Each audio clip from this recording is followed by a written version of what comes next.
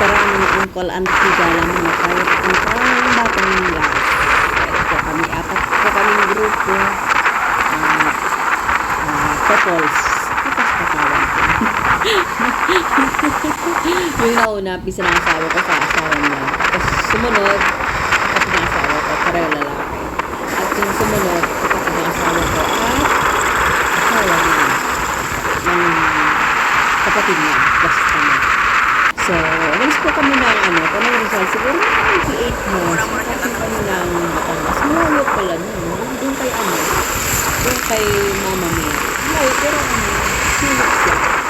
Sulit yung pagod, sulit yung, ba?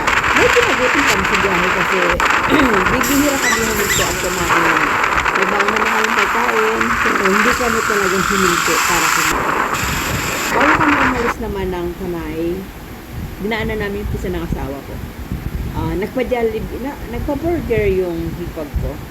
So, yun ang kinain namin. Tapos, the rest is candy-candy naman. Kung ano maging chicha-chicha.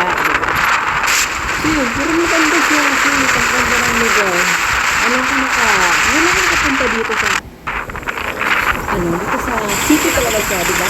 Sa city ng Batangas. Kasi nakakarating naman ako ng Batangas, pero hindi dito kami dumadaan. Kung sa ang ina-expect ko is dadaan kami sa Batangas. Sorry. Sa Tagaytay. Doon yung pero hindi pala doon.